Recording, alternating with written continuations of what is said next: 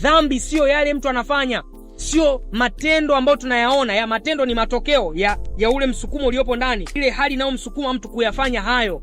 Kwa sababu mtu paka anaiba, haijatokea tu amechukua, ataiona hela au ataona kuna fursa ya kupata hela ya kutapeli, ataanza kufikiria kinachoendelea ndani ya moyo wake. Hiyo ndio hali ya uasi, hiyo ndio dhambi.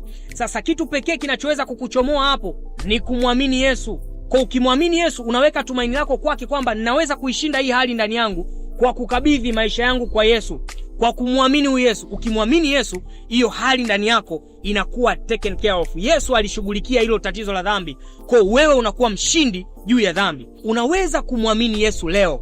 Unaweza kukubali kwamba mimi ni mwenye dhambi, ninamhitaji Yesu. Yesu, ingia ndani yangu.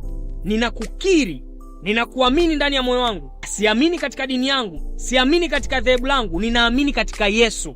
Hicho ndicho ambacho ninakufundisha na ndicho ambacho ninakuhubiria. Na Paulo kuna mahali anasema, mtu anayehubiri injili kinyume na hii na alaaniwe. Hii ndio injili ya kweli, ya kwamba nuru imeletwa kupitia Kristo Yesu, na Mungu ameleta mpango mzuri wa kumwokoa mwanadamu. Na hata wewe unaweza kumwamini Yesu leo.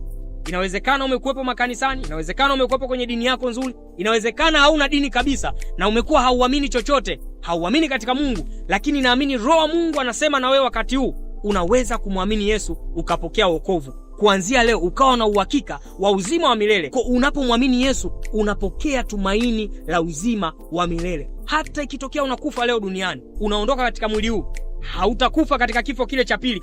Hautatengwa na Mungu milele, utaishi na Mungu milele na utakuwa kwenye mpango wa Mungu wa wokovu.